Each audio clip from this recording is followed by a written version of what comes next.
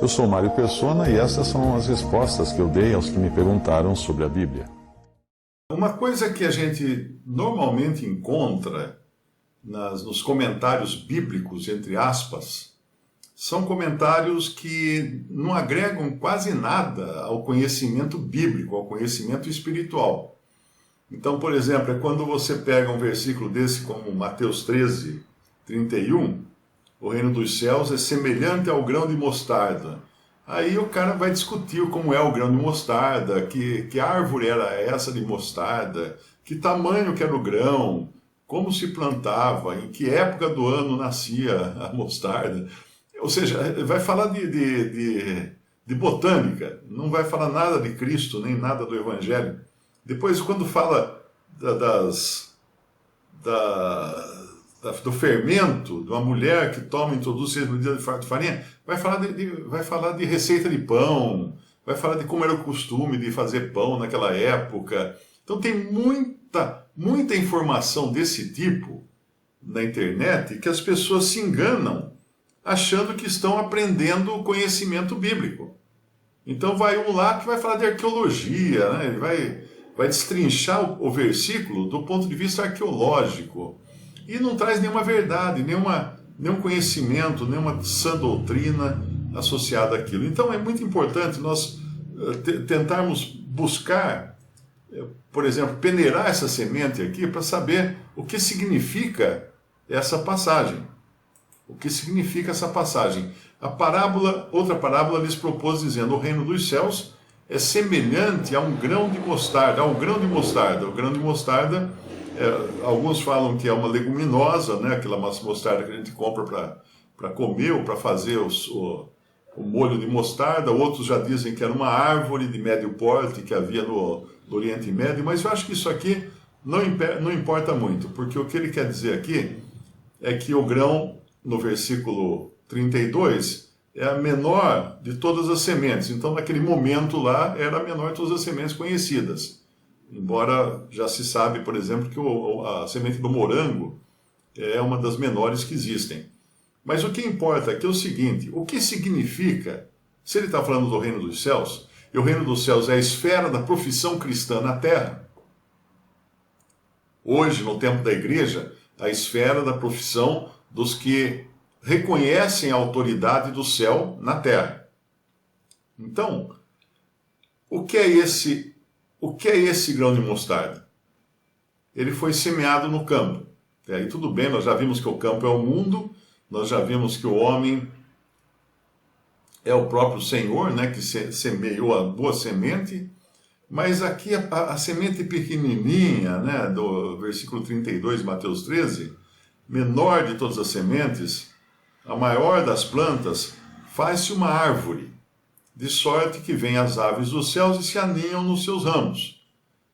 Ok, uma árvore é um testemunho na terra. Por isso que Israel é às vezes chamado de videira, às vezes de oliveira, porque é um testemunho. A árvore é o que ela nasce na terra e depois ela dá galhos, dá flores, dá frutos. E Deus usa várias vezes a árvore como um testemunho na terra. E agora essa árvore aqui ficou grande, era pequena. Era muito pequena a semente, não era para ter crescido desse tamanho. Então é uma aberração o tamanho que cresceu essa árvore. E depois nós vamos ver também na questão da farinha e do pão lá, ou da massa que a mulher está fazendo, que a massa cresce de uma maneira desordenada, muito grande. Então essa árvore virou uma aberração, ficou muito grande para uma semente muito pequena. Então o Evangelho foi uma semente muito pequena que foi plantada nesse mundo, mas se transformou num sistema que ficou muito grande. O Senhor escolhe uma semente muito pequena para fazer um paralelo com o reino dos céus, que começou pequeno, começou minúsculo e se tornou uma coisa muito grande. Um testemunho, uma árvore, não é? Que começa pequena e se torna muito grande. E aí nós vemos, na continuação dessa parábola, vêm as aves do céu e se aninham nos seus ramos. Quando nós lemos a Bíblia, nós temos que buscar na Bíblia a explicação para a Bíblia. E quando nós falarmos aqui da massa e do fermento, nós vamos ver o quanto que muitos religiosos erram de ir buscar fora da Bíblia a explicação para certas coisas. No caso, o fermento, nós vamos falar depois disso. Mas aqui a semente, então, plantou, cresceu a árvore, criou ramos e vieram as aves dos céus. A pergunta aqui que um estudioso da palavra de Deus deve fazer é a seguinte: o que são as aves do céu? As aves do céu? Bom, nós vamos no mesmo capítulo aqui, encontramos as aves lá no começo, no versículo 4. E quando semeava, uma parte da semente caiu ao pé do caminho e vieram as aves e comeram-na. Vieram as aves e comeram-na.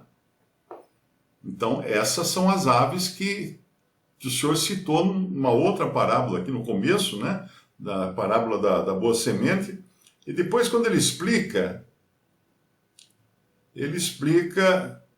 no versículo 19, ouvindo alguém a palavra do reino e não a entendendo, vem o maligno e arrebata o que foi semeado no seu coração.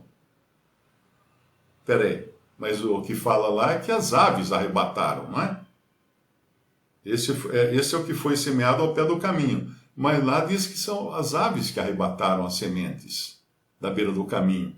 E aqui, então, ele identifica que essas aves são o maligno.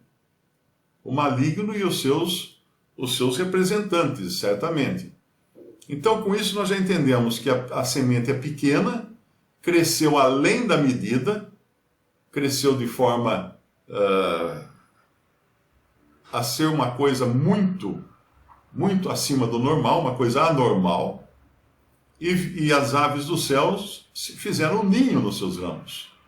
Que aves dos céus? Essa que é explicada na mesma parábola como sendo Satanás e os seus agentes, obviamente. Aí nós temos então essa árvore, o testemunho da cristandade na terra, que começou como uma coisa pequenininha, mas logo foram entrando também elementos estranhos, até chegar num ponto em que se tornou um abrigo de seres malignos. Porque é isso que são os agentes de Satanás hoje na própria cristandade. A cristandade hoje é uma verdadeira árvore com muita sombra e muitos galhos e muitos lugares para virem os demônios e virem o próprio diabo e os seus anjos e fazerem seus ninhos, e os representantes humanos deles. E aí nós vamos procurar mais sobre essa árvore, ou sobre uma árvore onde os pássaros fazem ninho nos seus ramos.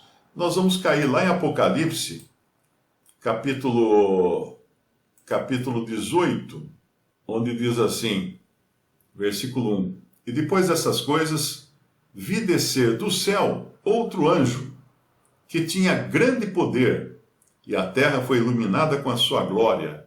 Lembre-se de que nesse ponto existirá aqui na terra a Babilônia, que é a grande meretriz, a falsa noiva do Cordeiro, que João falou que viu e se espantou com ela, porque aquela que devia ser noiva aparece como uma grande prostituta embriagada com o sangue dos santos.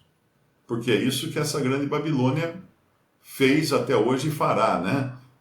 Martirizar os verdadeiros santos do Senhor. E no versículo 2 de Apocalipse 18, e clamou fortemente com grande voz, dizendo, o anjo clamou, caiu a grande Babilônia, e se tornou morada de demônios, e covil de todo espírito imundo, e esconderijo de toda ave imunda e odiável. Visite respondi.com.br. Adquira os livros ou baixe e-books. Visite 3minutos.net. Baixe o aplicativo.